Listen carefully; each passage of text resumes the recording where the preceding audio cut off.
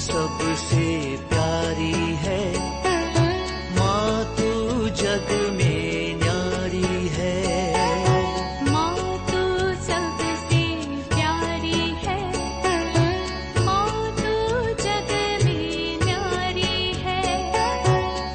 अपने आंचल में रखना, अपने आंचल में रखना, हमें वरदानों से भरना।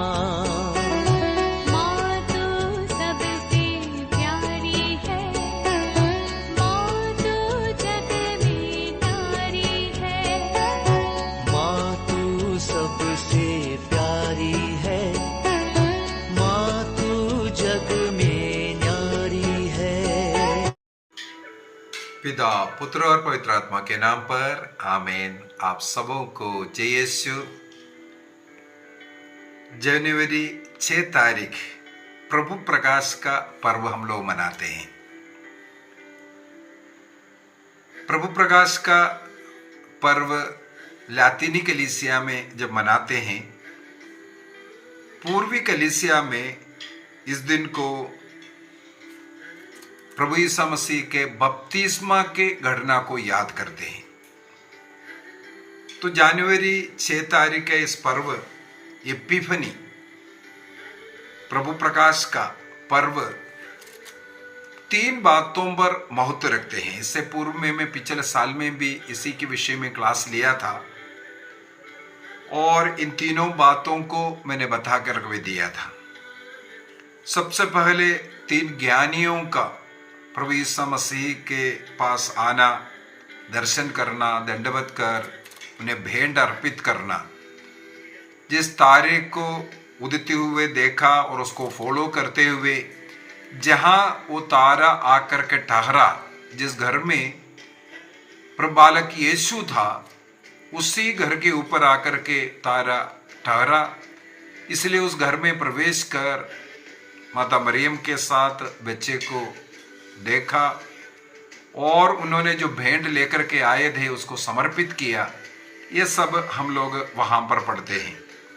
तो प्रभु प्रकाश का एपिफनी का ये पर्व सबसे पहले इन तीनों ज्ञानियों का दर्शन के विषय में। दूसरा, ईसा मसीह का बपतिस्मा यरदन नदी में योहन बपतिस्ता से जब बपतिस्मा लिया। और तीसरा बात है काना के विवाह में पानी को अंगूरी में बदलना। ये तीनों घटना एक प्रकार से हम लोग देख सकते हैं ईसा मसीह ईश्वर का पुत्र है, उस बात का रेवलेशन, प्रकटीकरण है। उस पर्व को हम लोग मनाते हैं। आदिम कलीसिया में जनवरी 6 को ही क्रिसमस को भी मनाता था। क्रिसमस और प्रभु प्रकाश का जो पर्व, 3 ज्ञानियों का जो आगमन और ईसा मसीह का बपतिस्मा और काना के विवाह, यह सब मिलकर के जनवरी 6 तारीख को ही मनाते थे। 567 के काउंसिल ऑफ टूर्स में यह निर्णय किया क्रिसमस को 25 दिसंबर को ही मनाए जाए और 6 जनवरी को एपिफनी का पर्व मनाएं। ये 567 के काउंसिल ऑफ टूर्स में निर्णय किया। इसका ये मतलब नहीं है उससे पहले क्रिसमस 25 दिसंबर को नहीं मनाते थे, मनाते आए। कई जगहों पर, कई धर्म प्रांतों में, कई पल्लियों में इस प्रकार मनाते भी आए थे। लेकिन एक फाइनल डिसीजन 567 से 67 में टूर्स के महाकाउंसिल में लिया गया, जो 25 दिसंबर के क्रिसमस का पर्व मनाने के बाद करीब 12 दिन का गैप डालें और 6 जनवरी को एपिफनी का पर्व मनाएं। तो लातीनी कलीसिया में मुख्यतः 3 ज्ञानियों का जो आगमन का मनन चिंतन करते हैं, तो पूर्वी कलीसिया में, ईस्टर्न कलीसिया में प्रभु ईसा मसीह का बपतिस्मा को ज्यादा जोर देते हैं। और इन घटनाओं में हमें मालूम है ईसा मसीह के ईश्वरत्व को, ईश्वर का पुत्र है, इसका प्रकटीकरण को ही हम लोग मनन चिंतन करते हैं। ईसा मसीह ईश्वर का पुत्र है, इसका प्रकटीकरण चाहे बपतिस्मा के समय पर पवित्र त्रित्व को हम लोग देखते हैं, पवित्र त्रित्व के द्वारा इसका प्रकटीकरण हो रहा है।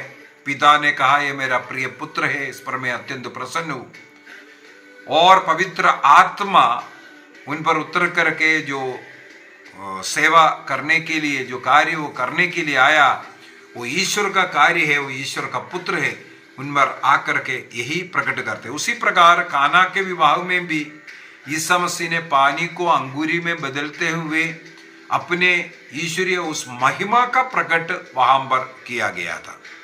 तो इस फीस्ट को जनवरी 2 से 8 के बीच में जो संडे होता है, उस संडे को भी मनाया जाता था। जनवरी 2 और 8 के बीच में जो इतवार आते हैं, उस इतवार को भी इसको मनाते आए थे। और इसका क्या विशेषता है? ईसा मसीह का ईश्वर के रूप में या ईश्वर के पुत्र के रूप में संसार में प्रकटीकरण होना सबसे मुख्य बात है। रेवलेशन ऑफ गॉड कहते हैं। इसी वजह से ईस्टर्न चर्च एपिफनी नहीं थियोफनी मनाता है, ये भी कहते हैं। एपिफनी ग्रीक भाषा में अर्थ ये है रेवलेशन फ्रॉम अबव, ऊपर से, स्वर्ग से जो प्रकटीकरण होना, उसको एपिफनी कहते हैं। थियोफनी ईस्टर्न चर्च में इसको थियोफनी कहते हैं। उसका अर्थ भी रेवलेशन ऑफ गॉड, ईश्वर का प्रकटीकरण। तो इस पर्व मुख्यतः यही है, ईश्वर का जो प्रकटीकरण, ईसा मसीह ईश्वर है, इसका प्रकटीकरण को ही हम लोग ज्यादा महत्व देते हैं। और ईसा मसीह को बपतिस्मा ग्रहण करने का क्या जरूरत है? बार बार ये सवाल आते हैं। मेरे विचार में इससे पूर्व में भी मैं इसका उत्तर क्लास के द्वारा दे चुका हूं। ईसा मसीह को विशेषकर योहन बपतिस्ता जो बपतिस्मा दिया है, वो पापियों के लिए है, पश्चाताप की बपतिस्मा है। ईसा मसीह का बपतिस्मा पवित्र आत्मा की बपतिस्मा है, लेकिन योहन बपतिस्ता का जो बपतिस्मा है वो पश्चाताप की बपतिस्मा है। इसका मतलब एक मनुष्य को अपने पापों को स्वीकार करना, उसको छोड़ने का निर्णय करना, उसके लिए पश्चाताप करना, ये कार्रवाई उसके अंदर होता है, पश्चाताप की बपतिस्मा कहते हैं। लेकिन ईसा मसीह ने जो बपतिस्मा स्थापित किया, वो बपतिस्मा इससे अलग है। उसमें अपने पापों को स्वीकार करना जरूरी नहीं है, उसमें पाप स्वीकार करना या पश्चाताप करना जरूरी नहीं है। उसमें केवल ईसा मसीह में एक बनना, ईसा मसीह के पास लौटना, ईसा मसीह के साथ जुड़ना, ये मुख्यतः जरूरी पड़ता है। तो ईसा मसीह को इस बपतिस्मा ग्रहण करने का, पश्चाताप के इस बपतिस्मा ग्रहण करने का क्या जरूरत है, ये बार बार सवाल किया जाता है। उसका उत्तर में सबसे पहले हम लोगों को ये मालूम होना चाहिए, ईसा मसीह मनुष्य बनकर के हम पापियों का स्थान ग्रहण किया, अर्थात हम पापियों में से एक जैसे दिखने लगे। कुरिन्थियों का दूसरा पत्र, उसके अध्याय 5 वाक्य 21 को अगर हम पढ़ेंगे, 2 कुरिन्थियंस चैप्टर 5 वर्स 21, वहां पर लिखा है मसीह का कोई पाप नहीं था, फिर भी ईश्वर ने हमारे कल्याण के लिए उन्हें पाप का भागी बनाया, जिससे हम उनके द्वारा ईश्वर की पवित्रता के भागी बन सके। तो हम पापियों का स्थान ग्रहण कर प्रभु ईसा मसीह ने हमें ईश्वर का वो पवित्रता देने के लिए, पवित्रता का भागी हमें बनाने के लिए ईसा मसीह हम पापियों का स्थान ग्रहण करते हैं। तो पहला ईसा मसीह बपतिस्मा ग्रहण करने का मुख्य उद्देश्य यही है, हम पापियों के स्थान वो ले लिया। हम मनुष्यों में से एक जैसे वो दिखे, पापियों में से एक दिखे, ताकि उनकी पवित्रता हमें मिल सके। कैटेकिज्म ऑफ कैथोलिक चर्च 1224 में, कैटेकिज्म ऑफ कैथोलिक चर्च 1224 में लिखा है, प्रभु यीशु मसीह ने हमारे लिए एक एग्जाम्पल दिया जिसे हम भी फॉलो करना है। जिस प्रकार हम लोगों को विश्वास में प्रवेश करते हुए ईसा मसीह से जुड़े हुए एक क्रिस्तीय जीवन जीने के लिए बपतिस्मा की जरूरत है, ईसा मसीह ने अपना पब्लिक लाइफ को शुरू करते हुए हम पापियों में एक जैसे दिखें और उनका उस कार्य के द्वारा हमें प्रभु का, ईश्वर का उस पवित्रता का भागी बनाए, ये उद्देश्य था। सबसे पहला उद्देश्य में हम लोग ये बोल सकता है। अभी कुछ लोग ये सिखाते हैं ईसा मसीह ने तो 30 साल की उम्र में बपतिस्मा लिया। इसका मतलब ईसा मसीह ने 30 साल तक इंतजार किया कि वो बपतिस्मा लेने का उम्र आ जाए और इसके बाद पब्लिक लाइफ शुरू करे। एक गलत विचार है। ईसा मसीह ने 30 साल का उम्र तक बपतिस्मा लेने का इंतजार में नहीं वेट किया। यदि हम लोग लेवी ग्रंथ उसके अध्याय 4 वाक्य 3 को पढ़ेंगे, लेवी ग्रंथ उसके अध्याय 4 वाक्य 3 में मूसा नबी के द्वारा ईश्वर ने आदेश दिया, जब लेवियों को जो प्रभु का सेवा कार्य शुरू करना है उनका एक उम्र निश्चित किया है, वो 30 साल से 50 साल तक का जो लेवी लोग प्रभु का सेवा का कार्य करना शुरू करते थे। इसका मतलब एक यहूदी परंपरा था कि वह 30 साल का होने के बाद प्रभु का सेवा कार्य में जुड़े रहना। तो ईसा मसीह ने भी उस यहूदी नियम का फॉलो करते हुए 30 साल तक अपने घर माता पिता का सेवा करते हुए रहे। इसके बाद 30 साल में पब्लिक लाइफ के लिए निकला। तो सबसे पहले वो किस लिए आए? हम पापियों को बचाने के लिए। इसलिए सब पापी लोगों के समान दिखने के लिए, हम जैसे दिखने के लिए वो सबसे पहले वो पापियों के लिए जो बपतिस्मा है उसको ग्रहण करते हैं। दूसरी बात, ईसा मसीह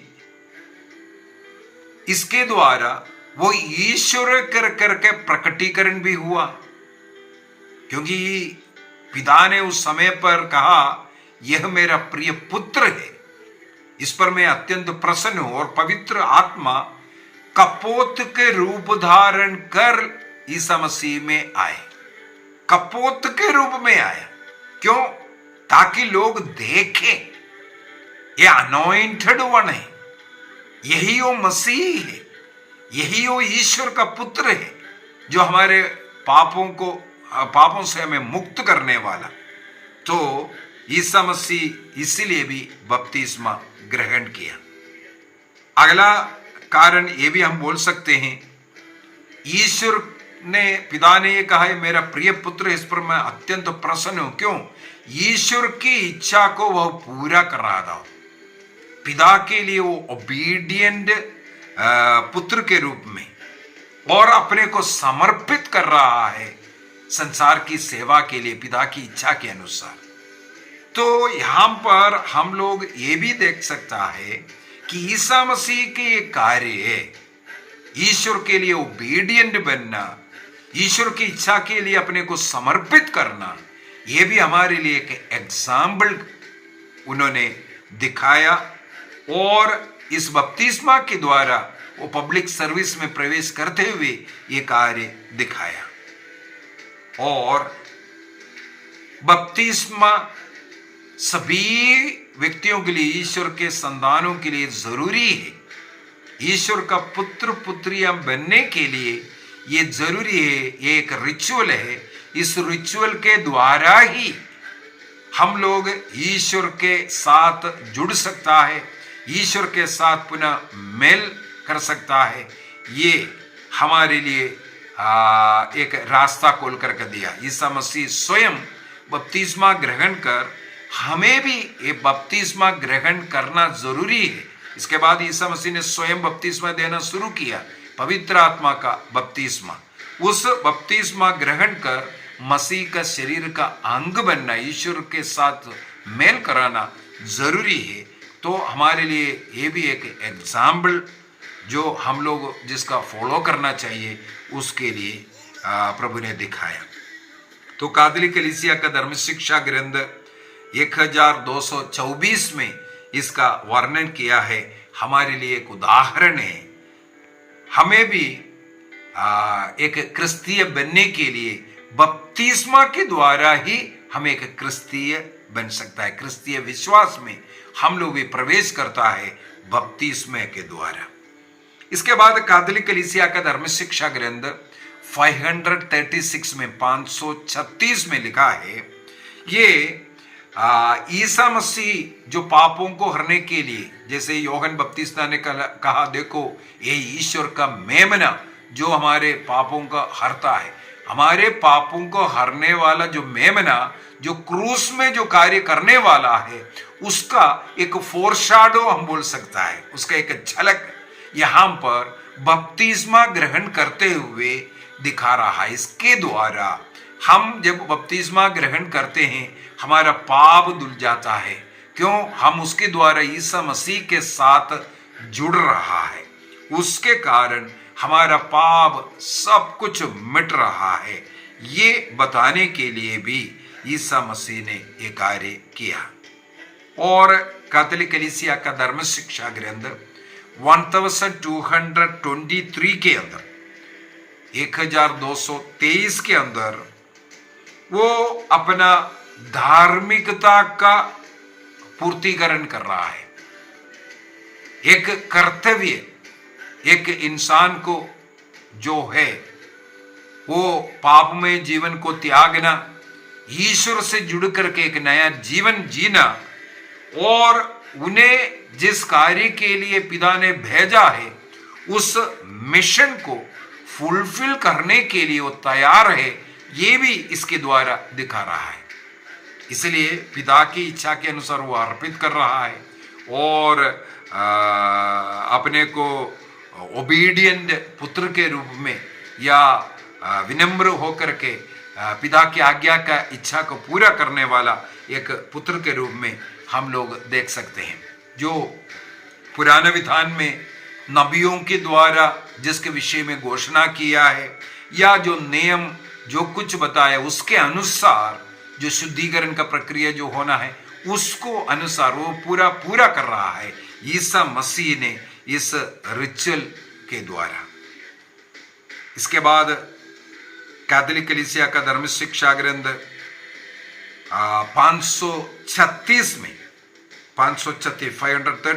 में जो अपना जो सेवा कार्य, जो मिशन जो शुरू कर रहा है, जो मिनिस्ट्री शुरू कर रहा है, उसके लिए भी ये एक प्रकार का हम बोल सकता है एक अनॉइंटिंग है। कैसे? पवित्र आत्मा उतर करके एक प्रकार का सील लगा रहा है कि यही मसीह है, यही वो कार्य के लिए आया है, वो यही ईश्वर का पुत्र है जो हमारे पापों को हरने वाला। तो उनके वो जो मिनिस्ट्री उस समय से जो शुरू करने वाला है, उसके लिए एक अनॉइंटिंग भी था ये बपतिस्मा के द्वारा। एक और पॉइंट कैटेकिज्म ऑफ कैथोलिक चर्च 535 से हम लोग ले सकता है। वो है, वहां पर कहते हैं इस बपतिस्मा के समय पर ही सबसे पहले पवित्र तृत्व को बाइबल में हम एक साथ देख रहा है। पिता स्वर्ग से बोल रहा है पुत्र धरती पर जो यर्दन नदी में बपतिस्मा लेकर के प्रार्थना कर रहा है और पवित्र आत्मा कपोत के रूप में आकर के पुत्र में ठहर रहा है। तो इस प्रकार पिता का शब्द, ये मेरा प्रिय पुत्र है, हम सुन रहा है और पवित्र आत्मा का वो अनॉइंटिंग हम देख रहा है और पवित्र तृत्व का प्रकटीकरण भी इसी समय पर होता हुआ हम लोग देख रहा है।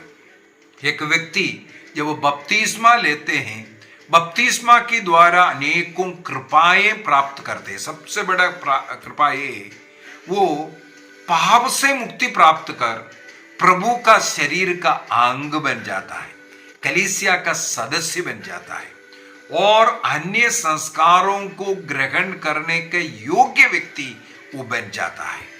तो बपतिस्मा अनेकों कृपा दानों को हमें प्रदान कर रहा है और एक आध्यात्मिक जीवन जीकर स्वर्गीय उस भोजन की ओर जाने के लिए हमें शक्ति प्रदान करता है।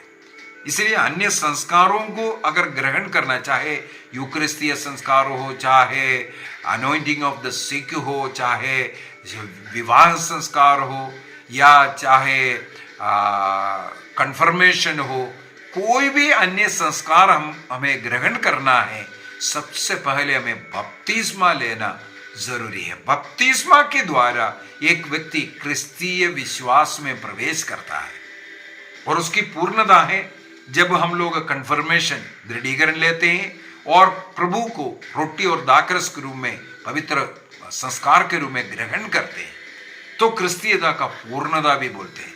तो शुरुआत के लिए ये बपतिस्मा लेना भी जरूरी है। तो प्रभु ईसा मसीह ने स्वयं बपतिस्मा लेकर और इस बपतिस्मा संस्कार को स्थापित किया और हम सबों को पवित्र आत्मा ग्रहण करने और प्रभु क्रिस्त के शरीर का अंग बने के क्रिस्तीय जीवन जीने के लिए ये जरूरी है, ये भी बता करके दिया। तो आज इस एपिफनी का या थियोफनी का पर्व मनाते हुए हम लोग भी निर्णय करें, जिस प्रकार ईसा मसीह बपतिस्मा ग्रहण कर पवित्र आत्मा से भर गया और वो पवित्र आत्मा का शक्ति एवं सामर्थ्य के द्वारा पवित्र जीवन जीते हुए, कलीसिया की सेवा करते हुए, लोगों की सेवा करते हुए, पाप क्षमा का कार्य करते हुए जीवन के अंत तक वो आत्मा उन्हें ले चला।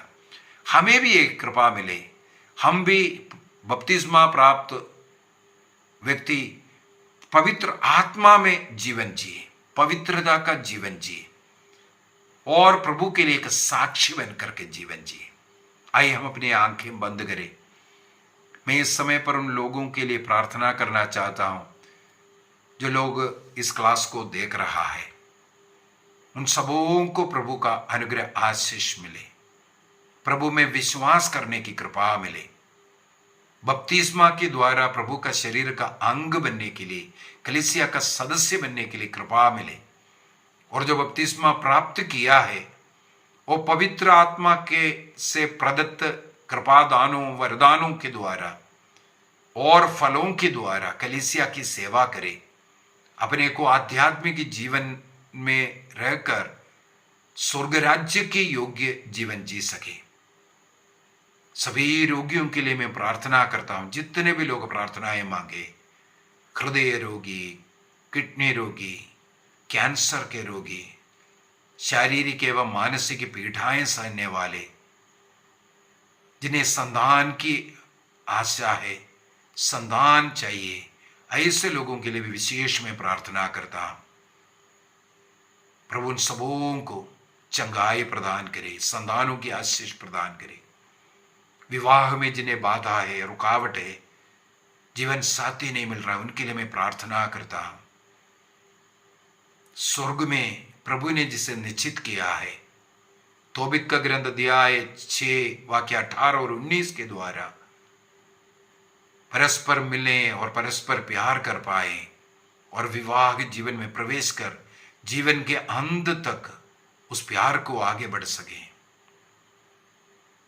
प्रार्थना करता हूं जो बच्चे परीक्षाएं लिख रहा है, कॉम्पिटिशन एग्जाम लिख रहा है, जिन्हें नौकरी की जरूरत है, जो कर्ज में डूबे हुए लोग, जो घर बना रहा है, सभी लोगों को मैं समर्पित करता हूं। पढ़ाई करने वाले बच्चों को पढ़ाई में विजय, सफलता मिले। हर एक परिवार में प्रेम, आनंद, शांति होवे। नशे से हर एक परिवार को मुक्ति मिले। हर एक घर में रोज 1 घंटे का, कम से कम 1 घंटे का पारिवारिक प्रार्थना हो सके। जितने भी लोग रोज मिस्सा बलिदान में जा सके, जाने की कृपा मिले। इस प्रकार हर एक परिवार में शांति आवे, लड़ाई झगड़ा समाप्त हो जाए, नशे के बंधन से मुक्ति मिले, प्रभु का घर बन जाए। सब लोगों को आशीष मिले, कृपा मिले।